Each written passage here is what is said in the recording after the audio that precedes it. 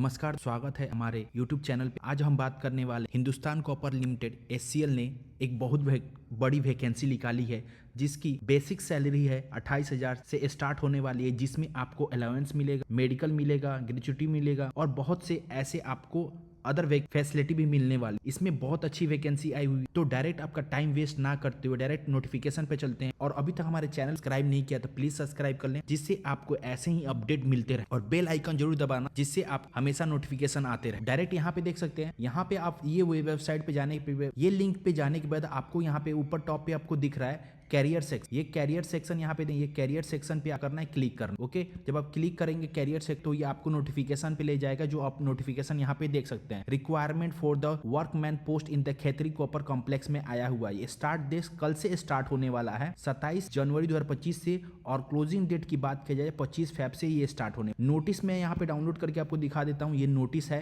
जो ऑलरेडी मैंने notice download कर लिया और उसको हाईलाइटेड कर दिया आपके लिए।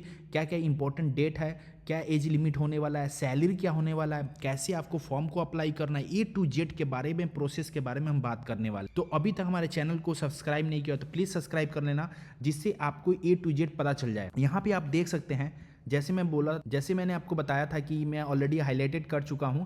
यहाँ पे देख सकते, ये एडवर्टाइजमेंट का डेट जो है, एडवर्टाइजमेंट कब आया है 18/1/2025 को आ चुका है। Requirement for the workman post in the Khetri complex copper complex की वैकेंसी आई हुई है। वैकेंसी की बात किया जाए, जो HCL वेबसाइट पे ऑलरेडी पोस्ट हो चुका है, copper complex in Rajasthan state. ठीक है, वैकेंसी की बात की जाए, अब हम बात करते हैं वैकेंसी की बात की जाए तो पहला पोस्ट टोटल कितने हैं, 4 पोस्ट के रिक्वायरमेंट आए हुए हैं। 4 पोस्ट में क्या है, एक पहले पोस्ट की बात किया जाए चार्जमैन इलेक्ट्रिकल के लिए, UR के अंदर 12 वैकेंसी है, SC के अंदर 3 वैकेंसी है, SC के अंदर 3 वैकेंसी है, ST के अंदर 2 वैकेंसी है, OPCL के लिए 5 वैकेंसी है, EWS के लिए 2 वैकेंसी। टोटल वैकेंसी की बात की जाए तो 24 वैकेंसी यहाँ पे देख सकते हैं। इलेक्ट्रीशियन की बात की, दूसरे पोस्ट इलेक्ट्रीशियन की बात की जाए, UR के लिए 17 वैकेंसी है, SC के लिए 5 वैकेंसी के लिए 4, OBC NCL के लिए 7, EWS के लिए 3, और टोटल वैकेंसी की बात की जाए तो 36 वैकेंसी। इलेक्ट्रीशियन B के लिए बात की जाए, UR के लिए 16, SC के लिए 6, ST के लिए 4, OBC NCL के लिए 7 और EWS के लिए 3। टोटल वैकेंसी की बात किया जाए 36 वैकेंसी है। वेल्डिंग B के लिए बात किया जाए तो UR के लिए 2, SC के लिए 1, ST के लिए कोई वैकेंसी नहीं है यहाँ पे, OBC NCL के लिए 3 और EWS के लिए 1। टोटल वैकेंसी की बात किया जाए 7, और ये टोटल पोस्ट वैकेंसी की बात किया जाए तो 103 वैकेंसी आई। अब हम बात करने वाले हैं कि आप एजुकेशन क्वालिफिकेशन क्या होगा और पोस्ट क्वालिफिकेशन क्या होगा, इसके रिलेटेड A to Z बात करने वाला है। यहाँ पे आप देख सकते हैं पोस्ट नेम जो है चार्जमैन इलेक्ट्रिकल का, जो चार्जमैन इलेक्ट्रिकल की पोस्ट की बात किया जाए तो आपको इसके पे स्किल के बारे में यहाँ पे आप देख सकते हैं। पे स्किल कितना है, आप ये 28,750 से स्टार्ट होगा, इसके बाद 72,110 रुपये। ठीक है, और इसमें एजुकेशन क्वालिफिकेशन और पोस्ट ऑफ क्वालिफिकेशन एक्सपीरियंस की क्या रिक्वायरमेंट है। यहाँ पे देख आपको क्या ये diploma in electrical engineer with 1 year of experience in mining installation में आपको एक्सपीरियंस होना चाहिए। सुपरवाइजर में होना चाहिए certificate of competition, acquiring supervisor of certificates on covering mining installation issue by the appropriate government. ठीक, ओके, इसमें आपको सर्टिफिकेशन होना चाहिए। अब बात कर सिक्योरिटी सर्टिफिकेशन, SC के लिए वैलिड सुपरवाइजर सर्टिफिकेशन आपको होना चाहिए। Competition covering mining installation issue by the appropriate government के थ्रू जो इशू होता है सर्टिफिकेशन, उसके आपके पास होना चाहिए जब ये आप पोस्ट चार्जमैन इलेक्ट्रिकल के लिए अप्लाई करेंगे। अब बात कर लेते इसमें जो ITI के बंदे हैं, जो ITI के स्टूडेंट हैं, उनको 3 ईयर का एक्सपीरियंस पास है तो वो अप्लाई कर सकते हैं। और उनके पास सुपरवाइजर सर्टिफिकेशन कम चाहिए, आपका सर्टिफिकेशन ये होना चाहिए। और कवरिंग माइनिंग इंस्टॉलेशन का जो उसके पास भी आपको एप्रोप्रिएट गवर्नमेंट का सर्टिफिकेशन होना चाहिए। Class 10th with 5 years. अब अगर आप क्लास 10 से अप्लाई करते हैं, बस आपने 10th क्लास किया है और आपके पास 5 साल का एक्सपीरियंस है, और माइनिंग इंस्टॉलेशन का supervisor after acquiring supervisor certificate आपके पास है, तो ये आप अप्लाई कर सकते हैं। या आपने 10th क्लास भी किया, वो भी अप्लाई कर सकता है। ये इलेक्ट्रिकल चार्जमैन इलेक्ट्रिकल को अप्लाई कर सकते हैं जो 10th क्लास पास किए हैं वो भी, लेकिन आपके पास 5 साल का एक्सपीरियंस होना चाहिए और ये आपके पास सर्टिफिकेट होना चाहिए। अब इलेक्ट्रीशियन की बात किया जाए A के लिए, जिसका पे स्केल है 8, उसमें 28,430 रुपए से लेके 59,700 है। यहाँ पे देख सकते हैं, यहाँ पे ITI इलेक्ट्रिकल से आप करते हैं तो आपको 4 ईयर का एक्सपीरियंस होना चाहिए इलेक्ट्रीशियन में। और अगर आप 10 क्लास, तो 10 क्लास आपने किया है तो आपके पास 7 साल का एक्सपीरियंस होना चाहिए। यहाँ पे आप देख सकते हैं, should process with the valid wireman permit from the government electric के पास वैलिड परमिट आपके पास भी होना चाहिए। राइट। इलेक्ट्रीशियन बी की बात किया जाए, स्केल यहाँ पे भी आप देख सकते हैं 28,280 से लेके 57,640 रुपया है। इलेक्ट्रिकल ITI इलेक्ट्रिकल अप्लाई करता है 3 साल का एक्सपीरियंस होना चाहिए। जो क्लास 10th में अप्लाई करता है उसके 6 साल का एक्सपीरियंस। और वेल्डिंग के लिए जो अप्लाई करता है उसके लिए पे स्केल की बात किया जाए 28,080 रुपया से लेके 57,640। इसके पास अगर वो डिप्लोमा विद 1 ईयर एक्सपीरियंस है रिलेवेंट फील्ड में वेल्डिंग के रिलेटेड, वो भी अप्लाई कर सकता है। या ग्रेजुएट, कोई भी ग्रेजुएट है जैसे BA BSc BCom BBA, उसके पास 1 साल का एक्सपीरियंस है, वो भी अप्लाई कर सकता है।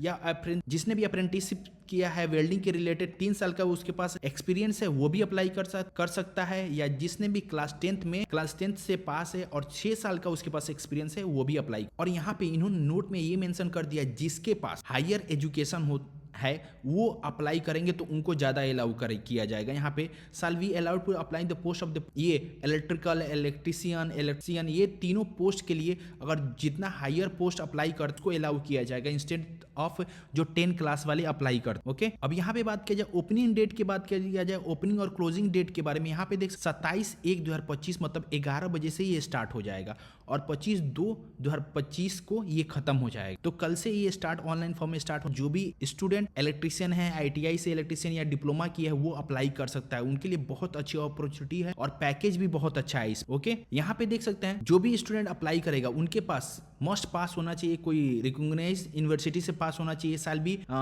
10th होना चाहिए, 12th होना चाहिए, ITI इलेक्ट्रिकल या डिप्लोमा होना चाहिए इलेक्ट्रिकल में, ग्रेजुएशन इन एनी केस में होना चाहिए आप। और एज लिमिट की बात किया जाए तो एज लिमिट की बात किया जाए तो आपका एबव पोस्ट के लिए 40 साल मैक्स होना चाहिए। और उसके बाद जो भी एज रिलैक्सेशन होता है इंडियन गवर्नमेंट के नॉर्म्स के अकॉर्डिंग आपका एज रिलैक्सेशन काउंट होगा। जैसे कि SC ST के लिए बात किया जाए 5 साल इंक्लूड ऐड हो जाएगा और OBC नॉन क्रिमिनल लेयर के लिए 3 साल इंक्लूड हो जाएगा। और जो स्पोर्ट्स पर्सन होते हैं उनके लिए 5 साल, इन केस ऑफ बिलोंगिंग जो ऐसे नॉर्मल हो उनको 5 साल, और जैसे भी इन केस SC ST में वो बिलोंग करते हैं उनके लिए 10 साल ऐड हो जाएगा। यहाँ पे अलाउंस के लिए मैंने बात कर लिया है क्या क्या आपको पे स्केल मिलने वाला है। मान लीजिए आपको 28,000 मिलता है, उसके बाद बेसिक्स पे 28,000 होता है, उसके बाद एनुअल एक्स ग्रेटिया मिलेगा, लिप्स मिलेगा, इन्हांसमेंट ऑफ यर्न लेवल मिलेगा, हर साल आपका इंक्रीमेंट होते रह जाएगा, कंट्रीब्यूशन प्रोविडेंट फंड में आपका कंट्रीब्यूट किया जाएगा, ग्रेच्युटी मिलेगा, NPS में भी, और ETC और भी बेनिफिट आपको मिल सकता है इसमें।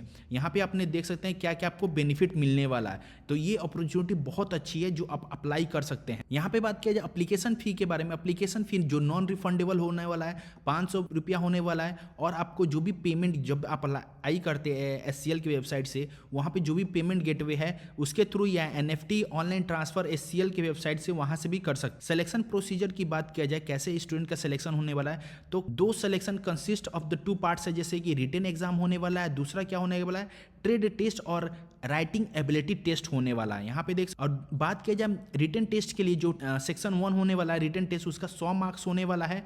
और जो सेकेंड लेवल टेस्ट होने वाला है जो trade test writing ability test हो वो क्वालिफाइंग नेचर का होगा। दूसरा टेस्ट बस क्वालिफाइंग नेचर का होगा कि आप क्वालिफाइंग कर जाएंगे तो आपका सिलेक्शन हो जाएगा। यहाँ पे देख सकते हैं जो रिटन टेस्ट होने वाला है वो आपका 100 मार्क्स का होगा। और ये राइटिंग एबिलिटी का, जैसे कि आप मान लो कि इलेक्ट्रीशियन में है तो इलेक्ट्रीशियन के रिलेटेड कोई भी पैराग्राफ दे दिया जाएगा कि कैसे आप माइनिंग में कैसे आप इंस्टॉल करते हैं, क्या क्या आपका प्रोसीजर होता है, उसके रिलेटेड या किसी पैराग्राफ को या किसी समरी लिखना होगा या कुछ भी वो देख सकते हैं। रिटन एबिलिटी बस आपको ट्रेड के रिलेटेड यहाँ पे ट्रेड टेस्ट आपका रिटन एबिलिटी टेस्ट होगा और कुछ नहीं होने वाला। यहाँ बात कर लेते हैं क्वेश्चन की बात किया जाए कि कितने क्वेश्चन डिवाइड किए जाएंगे। 100 मार्क्स में जो आप सब्जेक्ट नॉलेज जो होगा स्पेसिफिक ट्रेड, आपने इलेक्ट्रिकल का या वेंडिंग का आपने ट्राई की डाला है, उसके रिलेटेड आपको 80 नंबर का आएगा, सब्जेक्ट वाइज आएगा। और जनरल नॉलेज आपके 20 नंबर होना चाहिए, यहाँ पे 20 नंबर का क्वेश्चन आएगा। जो भी इसमें रिटन टेस्ट में अपना अच्छा नंबर लाता है उसको सेकंड लेवल टेस्ट के लिए उसको बुलाया जाएगा।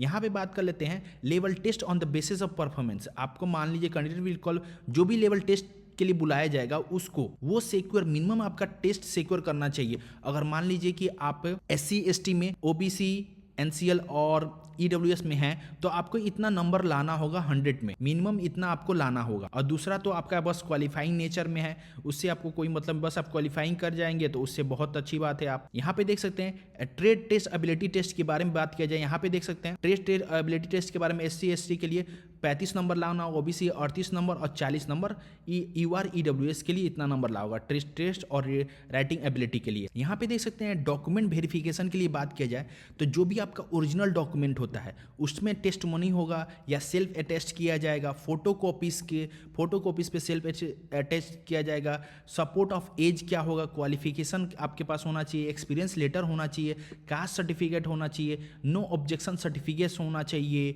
ये सब आपके पास होना चाहिए टोटल जब आप फॉर्म डालते हैं। और जब वेरिफिकेशन ऑफ डॉक्यूमेंट करवाना होगा उस टाइम आपका ओरिजिनल सर्टिफिकेट चाहिए होगा। अब बात कर लेते हैं कैसे आपको अप्लाई करना। मैंने ऑलरेडी बता दिया है कि आपको इस वेबसाइट पे जाना, अंदर कैरियर पे जाना है, वहां पे आपको मोड ऑफ अप्लाई ओपन हो जाएगा, वहां से आप कल से अप्लाई कर सकते हैं। और यहाँ पे देखा जाए, यहाँ पे आप देख सकते हैं कैंडिडेट क्या क्या अप्लाई, कैसे कौन कौन से डॉक्यूमेंट अप्लाई किया जा सकता है। यहाँ पे देखिए तो आप अब बात करा जाए तो मान लो आप पोस्ट चार्ज मैन इलेक्ट्रिकल के लिए अप्लाई करते हैं तो आपको कौन कौन से डॉक्यूमेंट अप्लाई करना होगा। यहाँ पे देख सकते क्लास 10 का मार्कशीट होना चाहिए, 12 का मार्कशीट होना चाहिए, कास्ट सर्टिफिकेट होना चाहिए, SC ST OBC NCL EWS के लिए कास्ट सर्टिफिकेट होना चाहिए, जैसे कंसोलिडेटेड मार्कशीट होना चाहिए, सर्टिफिकेट ऑफ डिप्लोमा जैसे आपने किया है उसका सर्टिफिकेट होना चाहिए, जैसे कि आपने इलेक्ट्रिकल इंजीनियरिंग किया है, ग्रेजुएट इन इलेक्ट्रिकल इंजीनियरिंग में अप्लीकेबल है तो वो भी अप्लाई कर सकते। कोई भी आप इंजीनियरिंग के रिलेटेड आपके पास सर्टिफिकेट है वो भी आप अप्लाई कर सकते हैं। सुपरवाइजर का सर्टिफिकेट है वो भी आपको डालना होगा। माइनिंग कवरिंग इंस्टॉलेशन इस एप्रोप्रिएट गवर्नमेंट आपको डालना होगा। और ITI जो भी स्टूडेंट ITI के रिलेटेड डालते हैं इलेक्ट्रिकल, वो उनके पास 10th का मार्कशीट, 12th का mark, SC ST OBC EWS certificate, ITI का भी आपका मार्कशीट और सर्टिफिकेट होना, डिप्लोमा का होना चाहिए, एक्सपीरियंस सर्टिफिकेट, सुपरवाइजर सर्टिफिकेट यहाँ पे ये टोटल आप डिटेल ये देख सकते हैं। अलग अलग पोस्ट के लिए अप्लाई करने के लिए अलग अलग ये डॉक्यूमेंट दिया गया है वो आपको डालना हो पे अपलोड करना होगा। इसके रिलेटेड जब भी आप फॉर्म डालें, सारा जिस पोस्ट के लिए आप फॉर्म डालते हैं उस पोस्ट का आप जाके यहाँ पे पेज नंबर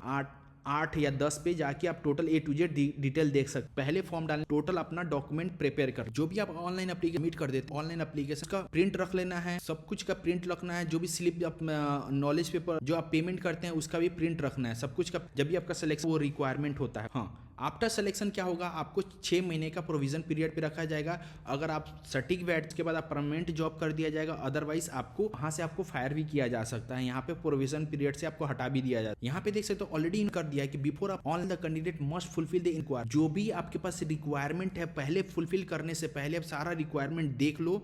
अगर आपके अकॉर्डिंग आप सुटेबल बैठते हैं तब अप्लाई करो, अदर नहीं करते तो आपका क्या होगा, एप्लीकेशन फी रिजेक्ट हो जाएगा और आपका कोई पेमेंट आपको रिफंड नहीं किया जाएगा। आफ्टर सिलेक्शन के बाद डिस्प्ले ये आपको वेबसाइट पे आप जब भी आपका सिलेक्शन हो जाता है ये आपका ये लिस्ट ऑफ वेरिफिकेशन आपको लिस्ट पे देखने लगेगा, जैसे कि eligible candidate of document verification कब स्टार्ट होने वाला है, कैंडिडेट टेस्ट कब होने, रिटन टेस्ट कब होने वाला है, सेकंड लेवल टेस्ट कब होने वाला है, लिस्ट ऑफ सिलेक्टेड कैंडिडेट का लिस्ट आने लगेगा, अनदर इंफॉर्मेशन रिलेटेड अपडेट, जो भी अपडेट होगा वो आपके SCL की वेबसाइट पे टोटल दिखने लगेगा। तो हमारे चैनल को सब्सक्राइब, प्लीज सब्सक्राइब, और जैसे ही अपडेट आएगा वैसे मैं आपको बता दूंगा A to Z कैसे आपको फॉर्म अप्लाई करना, सबके बारे में हम बात करेंगे। अभी तक हमारे चैनल सब्सक्राइब नहीं किया तो प्लीज सब्सक्राइब करें, जिससे कि आपको ऐसे ही लेटेस्ट अपडेट मिलते रहे। Thanks for watching this video, मिलते हैं ऐसे ही नेक्स्ट वीडियो में, तब तक के लिए जय हिंद जय भारत।